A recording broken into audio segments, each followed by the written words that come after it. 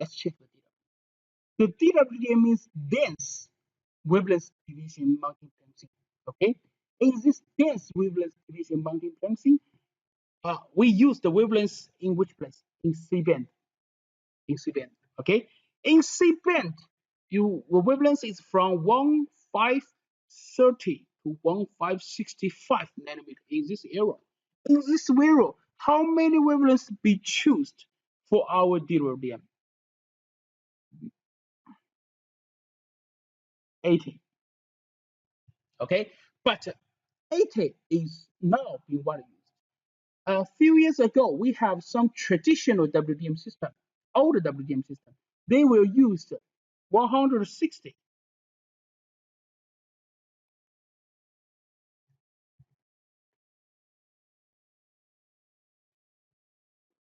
They will use 100.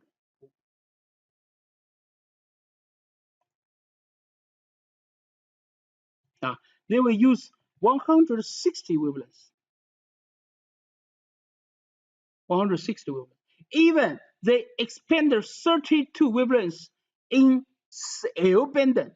So make it the traditional WDM can use the up to 192 wavelengths. We didn't use this solution for long years. Why? Let me explain to you. Okay, you can compare 80 wavelengths, 192 wavelengths. Why now we use the 80? We don't use 192 because you know we are using series in C band. C band, the arrow is fixed 1530 to 1565. Its arrow is fixed. You choose more wavelengths means the space between each wavelength will be smaller. More wavelength number, the space between each wavelength will be smaller. Okay? If the space between two wavelengths becomes smaller, they will have more problems for your optical module. Consider like this way. We have one road for you. If in this road only you drive the car in this road, you don't need to care about any do not need to care anything. You can drive anyway. Your drive skills is bad, doesn't matter, because this road only you will not have any traffic accident with other people, right? Because the road only you. But if we make this road for two different drivers, two different cars driving the same road together, your drive skills should be very good, right? Just like our WDM network. Small spacing, your wavelength, your standard wavelength must be very, very stable. This is very, very stable, will make you pay a lot of money for the optical module. Your optical module will be very expensive to can be output. This is very standard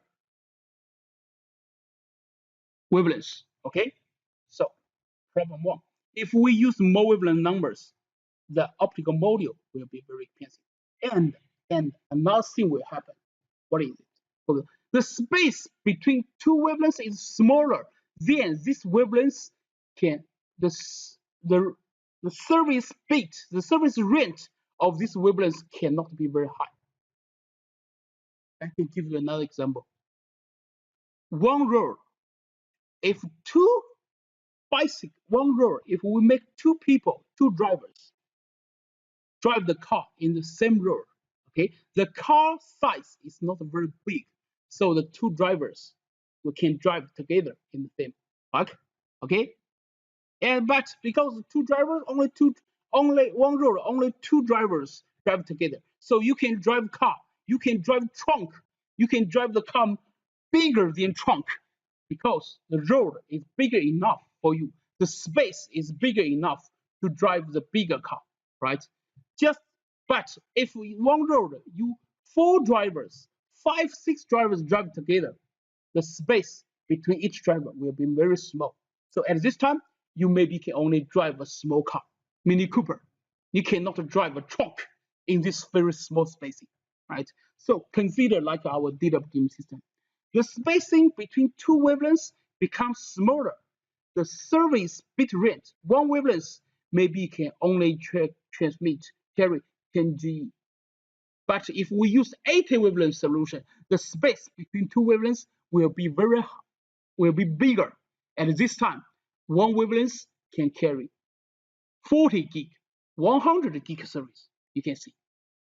We only use the half, maybe we use a few wavelengths, but each wavelength can carry very bigger customer service. The capacity can be increased to much higher, right? So that's why now in our DWDM system, we widely used 80 wavelength solution.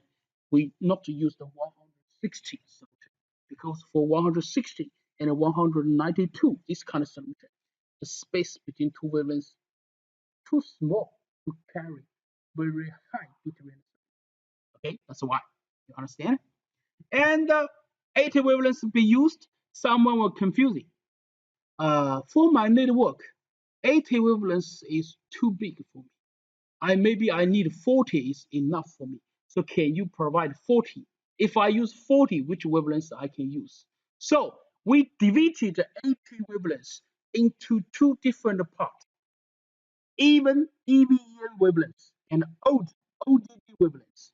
These two different 40 wavelength solutions. This one, 40. This is another 40. Okay, these 240 together will equal to 80 wavelengths. Okay, but in your real network, if we only want to use 40 wavelengths, we prefer EVN, even wavelengths, even wavelengths. We prefer even wavelengths. Okay, so that's the wavelength number we can use for our WDM network. 80 wavelength solution or 40 wavelength solution, 190 and 160 and 192. Those is for traditional WDM. For the very old Huawei equipment, Huawei WDM equipment may be using solution. Right now, we are focused on 80. Okay, on 80. Okay, 80. This way, DWDM system. Okay, so we have a question for the chapter we just learned. What are WDM, DWDM, and CWDM? I can see you can got the answer from the previous slides. Okay, WDM. We mounting blanker different wavelengths into the same fiber to do the transmission. That is WDM. DWDM, dense wavelength division mounting balancing. CWDM, coarse division mounting balancing. Okay, so what's the feature of DWDM system? You can go back to it. Okay, and describes the basic compositions of WDM system. Also, you can check. We have OTU, optical transponder unit, and we have mounting blanks or demounting blanks unit, and we need optical amplifier to amplify our service. During the transmission, we need a supervisory channel. They are ESC and OSC should be used in our WDM system. Okay, so they are everything about chapter 1, the WDM principle.